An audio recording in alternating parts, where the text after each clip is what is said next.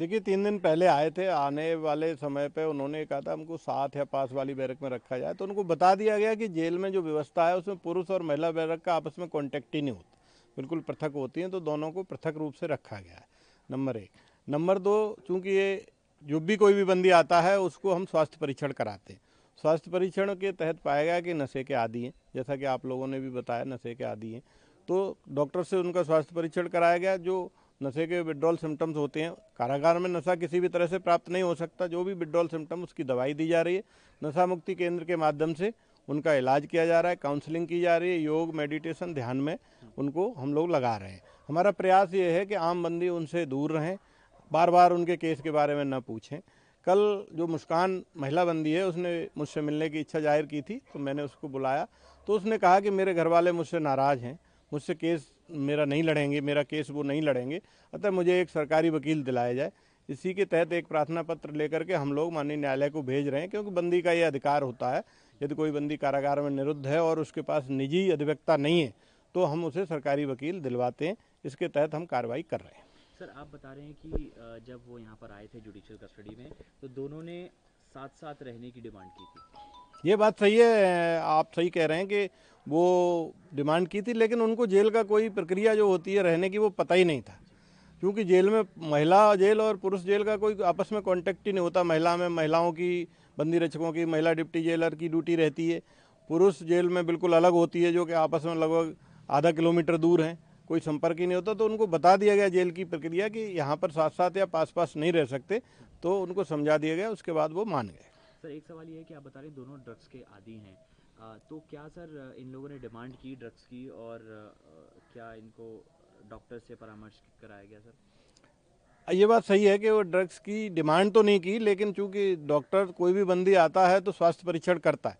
Doctor हमें बताता है कि ये बंदी नशे का है, तो उसको एक तो नशा मुक्ति केंद्र में उपचार कराया जाता है। दूसरा, जो विड्रॉल सिम्टम आते हैं काफ़ी दिनों से, यदि बंदी नशा ले रहे होते हैं, काफ़ी बंदी इस तरह के आते हैं, तो उनका हम जो विड्रॉल सिम्टम रोकने के लिए उपचार है, दवाइयाँ हैं, वो भी दी जाती है। तो उनको दवाइयाँ दी जा रही हैं। अब उनकी धीरे धीरे दिनचर्या सामान्य हो रही है।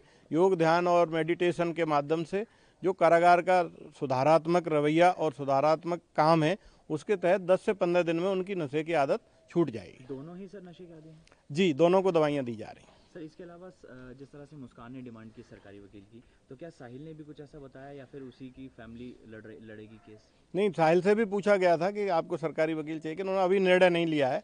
उसका कहना है शायद मेरे घर वाले लड़ेंगे या नहीं लड़ेंगे तब मैं बताऊंगा, लेकिन मुस्कान ने अपनी तरफ से ये डिमांड की है कि हमें सरकारी वकील दिया जाए, क्योंकि मेरे घर वाले मेरा केस नहीं लड़ेंगे। सर, एक इम्पॉर्टेंट सवाल ये है कि ये केस जो है काफ़ी ज़्यादा हाई प्रोफाइल हो गया, इंटरनेशनल लेवल पे इसकी खबरें चल रही हैं।